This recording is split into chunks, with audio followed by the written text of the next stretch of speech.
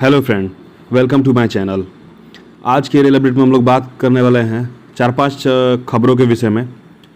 तो जो मेन खबरें हैं वो कुछ ट्रेनों के रूट डाइवर्जन से है, जैसे कि उत्तर मध्य रेलवे के प्रयागराज जंक्शन पे ब्लॉक लगने वाला है। इसके चलते ट्रेनें डाइवर्ट होंगी, रिशेड्यूल होंगी, उनके विषय में बात करेंगे।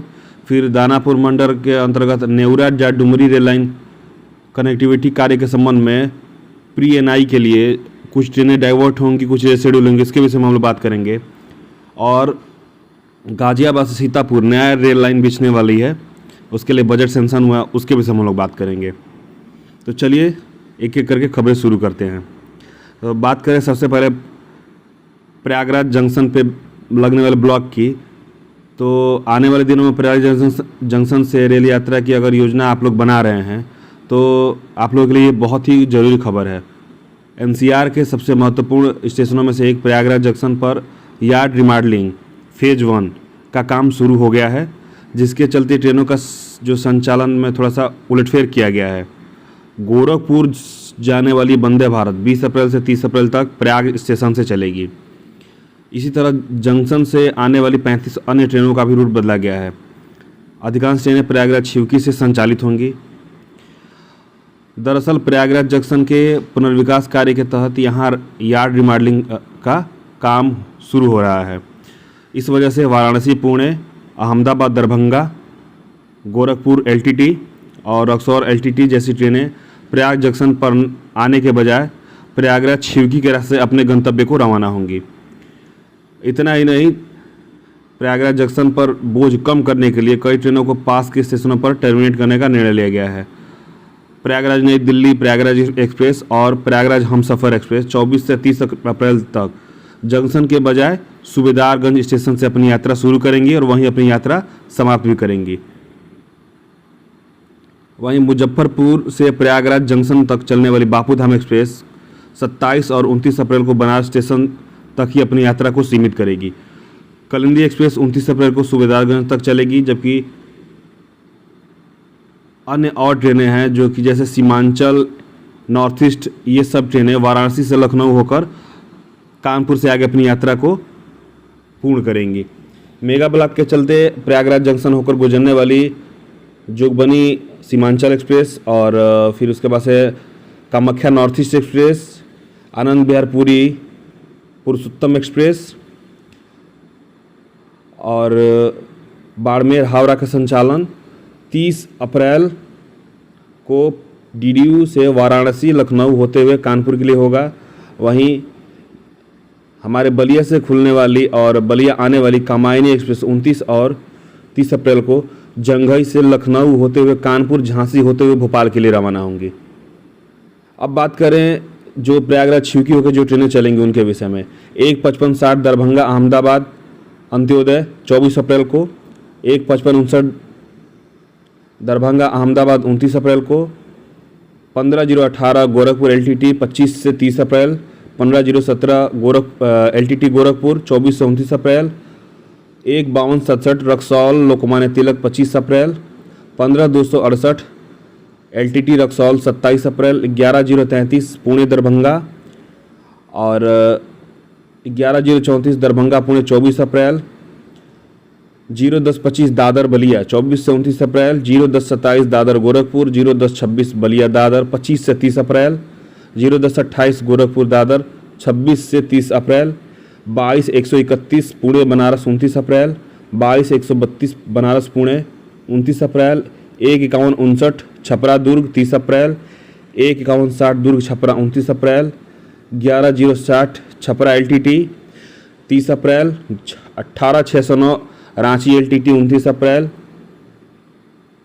19:421 अहमदाबाद पटना 26 अप्रैल, 19:422 पटना अहमदाबाद 28 अप्रैल, 12:381 पूर्वा एक्सप्रेस रामबाग के रास्ते 26, 28, 30 अप्रैल को। डाउन में 12:382 पूर्वा एक्सप्रेस रामबाग के रास्ते 24, 27 और 28 अप्रैल को। और 12:987 सियालदह अजमेर 29 अप्रैल, 0:94-47 अहमदाबाद पटना 29 अप्रैल को प्रयागराज जंक्शन के बजाय प्रयागराज शिवकी के रास्ते चलेंगी। ये प्रयागराज जंक्शन पर लगने वाले मेगा ब्लॉक के चलते जो ट्रेनें डाइवर्ट होंगी, रिशेड्यूल होंगी, इनका मैंने डिटेल आपको दे दिया।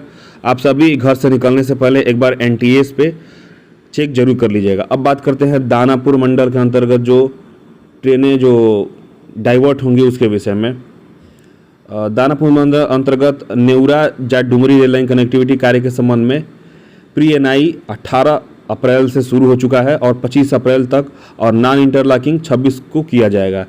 इसके कारण जो कुछ ट्रेनों का रूट डाइवर्ट किया गया है उसमें न्यू दिल्ली राजेंद्र नगर 25 अप्रैल को गया के रास्ते चलेगी, 19-321 इंदौर पटना 25 अप्रैल को गया के रास्ते चलेगी, 15658 कामाख्या दिल्ली 25 अप्रैल को गया के रास्ते चलेगी। ये गाड़ी बक्सर आरा नहीं आएगी।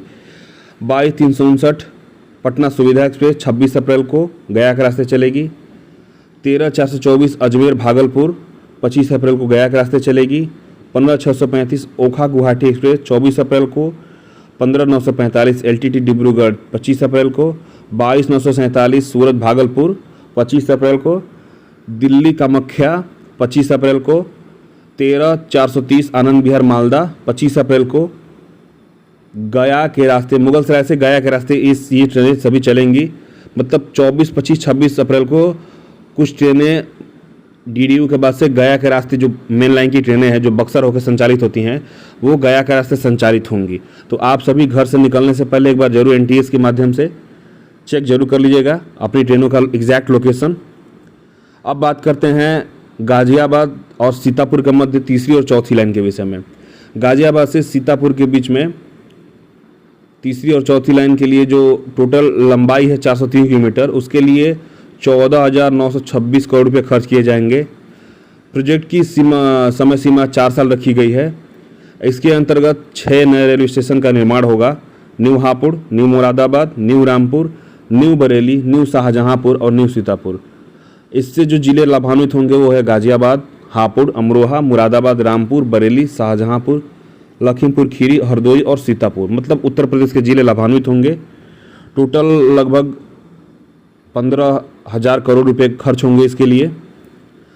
और कैबिनेट ने शनिवार को भारतीय रेलवे का परिचालन क्षमता बढ़ाने के लिए इसको मंजूरी दे दी है। लगभग 24,800 करोड़ रुपए की परियोजना से उत्तर प्रदेश और आंध्र प्रदेश के 15 जिलों में रेल कनेक्टिविटी और लॉजिस्टिक दक्षता में सुधार आएगा। अब बात करते हैं, मैंने यूपी का बता दिया आपको। अब आंध्र प्रदेश का बात करते हैं तो उसमें 198 किलोमीटर लंबी राजमुंद्री विशाखापट्टनम परियोजना पर 9800 करोड़ रुपए निवेश किए जाएंगे। यह रेल कॉरिडोर परियोजना हावड़ा चेन्नई मुख्य मार्ग का हिस्सा है जो देश के सबसे व्यस्त माल ढुलाई क्षेत्रों में से एक है। यह विशाखापट्टनम, गंगावरम, काकीनाडा जैसे प्रमुख बंदरगाहों को जोड़ेगा। तो इस अपडेट में फ़िलहाल इतना ही। फिर किसी अन्य अपडेट के साथ जल्दी आपसे मिलूंगा। Thanks for watching this video. Channel पर नए होंगे तो चैनल को सब्सक्राइब जरूर कीजिएगा। Take care.